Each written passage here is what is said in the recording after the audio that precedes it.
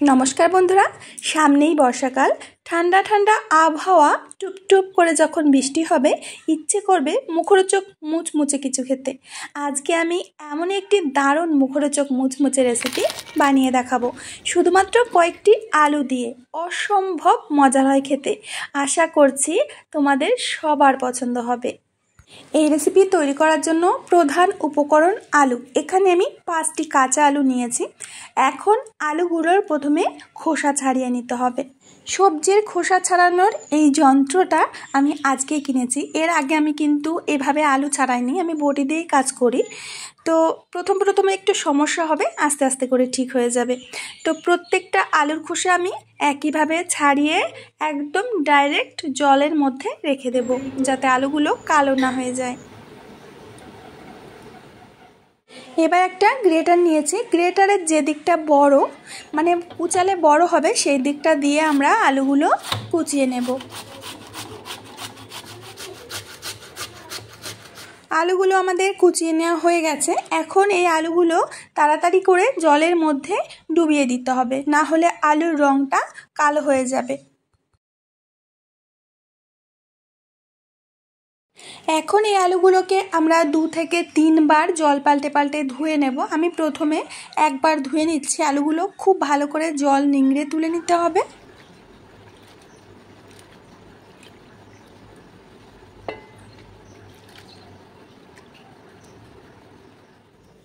এখন আমরা নিয়েছি 3টি পেঁয়াজ, মিডিয়াম সাইজের 3টি পেঁয়াজ নিয়ে এই গ্রেটার দিয়ে একইভাবে গ্রেট করে নেব।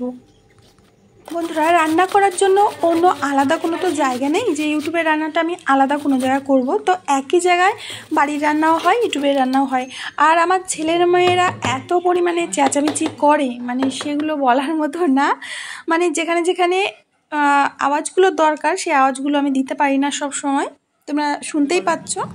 এর আগে আমি 2 বার ধুয়ে নিয়েছি, তৃতীয়বার আমি পেঁয়াজের সাথে ধুয়ে নিচ্ছি, মানে আলু পেঁয়াজটা একসাথে মিশিয়েই ধুয়ে তুলব।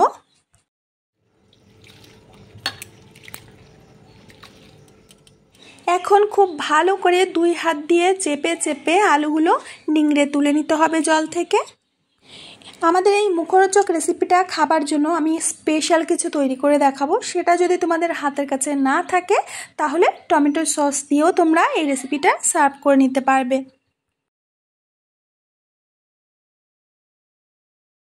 আর বন্ধুরা, দেখতে পাচ্ছ যে আলুগুলো জল থেকে আমি খুব সুন্দর করে নিংড়ে তুলে নিয়েছি। এখন একটা প্যানের মধ্যে আমি 2 চামচ মতো তেল দিয়ে দেব। এখানে সরষের তেল ব্যবহার করবে না। তেলটাকে খুব ভালো করে প্রথমে গরম করে নিতে হবে। এবার আমরা আলুগুলো দিয়ে দেব।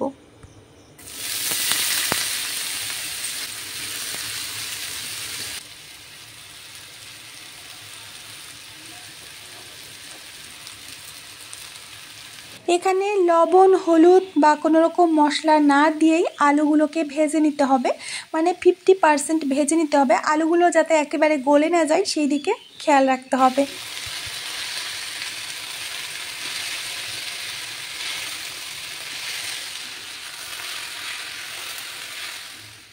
আলুগুলো ঠিক যখন এরকম পর্যায়ে আসবে তখন নামিয়ে নিতে হবে। তো আমি অন্য একটা পাত্রের মধ্যে নামিয়ে ঠান্ডা করে নেব। বন্ধুরা, আজকের রেসিপিটা দুর্দান্ত মজার হতে চলেছে, ভীষণ টেস্টি হয় খেতে। প্লিজ একবার হলেও আমার কথা শুনে ট্রাই করো, তোমাদের ভীষণ ভীষণ ভালো লাগবে। এবার একটা শুকনো ফ্রাই প্যানের মধ্যে আমরা দিয়ে দেব 1 চামচ মতো ময়দা, সাথে দিয়ে দেব 20 গ্রাম মতো বাটার। বাটার আর ময়দা একসাথে মিশিয়ে একটু নেড়েচেড়ে গরম করে নিতে হবে, মানে যতক্ষণ আমাদের বাটারটা গলে না যাচ্ছে ততক্ষণ নেড়েচেড়ে নিতে হবে। আর বন্ধুরা, তোমরা দেখতেই পাচ্ছ এখানে বাটারটাও গলে গেছে আর ময়দাটা একটু ভাজা ভাজা হয়ে গেছে। এই পর্যায়ে এখানে আমি দিয়ে দেব দুধ। এখানে দেব আমি 200 ml। দুধটাকে দিয়ে এখন খুব ভালো করে মিডিয়াম আঁচে রেখে একটু জাল করে নিতে হবে। লো টু মিডিয়াম আঁচে রাখবে, না হলে নিচে থেকে ধরে যেতে পারে। তো আমার বন্ধুরা, এখন এর মধ্যে দিয়ে দেবো আমি এক টুকরো চিজ। গ্যাসের আঁচটাকে লো করে রেখে যতক্ষণ না চিজটা গলে এই দুধের সাথে মিশে যাচ্ছে ততক্ষণ জাল করতে হবে। আর ধীরে ধীরে দেখবে যে ঘন হয়ে গেছে, দেখতেই পাচ্ছ। আমি তোমাদের আগেই বলেছি এটা তৈরি করা যদি সম্ভব না হয় তোমরা টমেটো সস দিয়েও সার্ভ করতে পারবে। যদি হাতের কাছে এগুলো থেকে থাকে তবে এটা তোমরা তৈরি করে নিও, ভীষণ মজার হয় খেতে। আর এটা দেখতে কত সুন্দর হয়েছে, কত মজার লাগছে দেখতে, নিশ্চয়ই তোমরা বুঝতে পারছো। তো নাও, এটা আমাদের রেডি হয়ে গেছে। এতক্ষণে আলুগুলো ঠান্ডা হয়ে গেছে। প্রথমে 1 চামচ গোলমরিচ দিলাম, তারপরে দিয়ে দিচ্ছি স্বাদ মতো লবণ, আর সাথে দিয়ে দেবো 1/2 চামচ চাট মশলা। এখানে দিতে হবে কর্নফ্লোর। এখানে আমি 2 থেকে 3 চামচ কর্নফ্লোর দিয়ে দিচ্ছি। খুব ভালো করে উপকরণগুলোকে মিশিয়ে নেব। এখানে কিন্তু আর কোনো রকম কোনো মশলা দেব না। তো স্প্যাচুলা দিয়ে মাখাটা আমার পক্ষে সম্ভব হচ্ছে না, আমি হাত দিয়েই খুব ভালো করে মিশিয়ে মেখে নেব। হাত দিয়ে কাজ করা অভ্যেস, চামচ দিয়ে নাড়াচাড়া করে আমার ঠিক পোষায় না। তো খুব ভালো করে এইভাবে আমি মিশিয়ে নিয়েছি, দেখতে পাচ্ছ বন্ধুরা।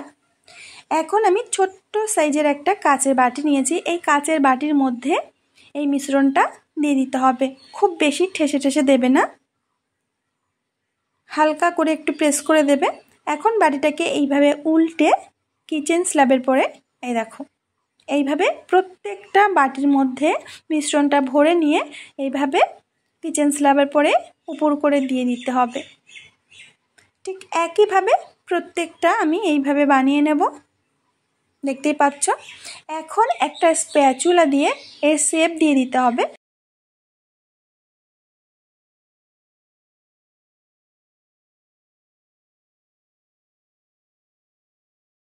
আর বন্ধুরা দেখতেই পাচ্ছ যে একটা আমি তৈরি করে নিয়েছি। ঠিক এরকম করে প্রত্যেকটা আগে তৈরি করে রাখবো। আগে থেকে আমি ফ্রাই প্যানের মধ্যে তেল গরম হতে দিয়েছি। এখন এই গরম তেলের মধ্যে একটা একটা করে ছেড়ে দেব, মানে যতগুলো যাবে ততগুলোই দেব, খুব বেশি দেব না, তাহলে উল্টাতে সমস্যা হবে।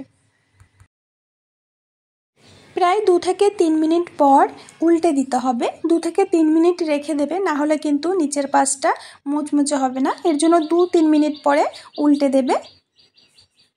তো একইভাবে আবারও 3 মিনিট পরে উল্টে দিতে হবে।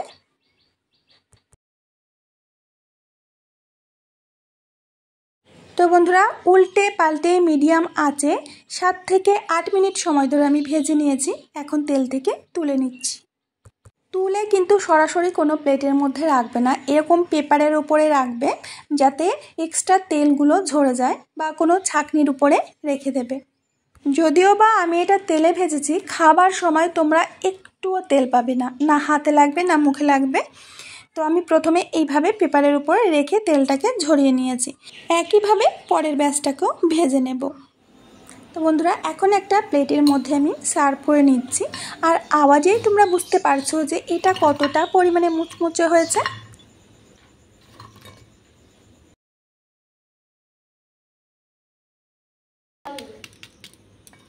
তো বন্ধুরা আমরা সবাই মিলে এখন এই খাবারের মজা নিই, চলো। তো এক কামড়ের আওয়াজেই বুঝতে পারবে।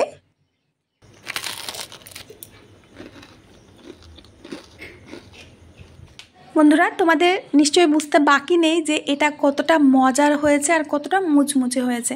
আশা করছি তোমাদের সকলের পছন্দ হবে, অন্তত একবার বাড়িতে এটা ট্রাই করে দেখো। আমি আজ এখানেই বিদায় নেব, আবার আসবো নতুন একটা রেসিপি নিয়ে। ততক্ষণের জন্য সবাই ভালো থেকো আর সুস্থ থেকো।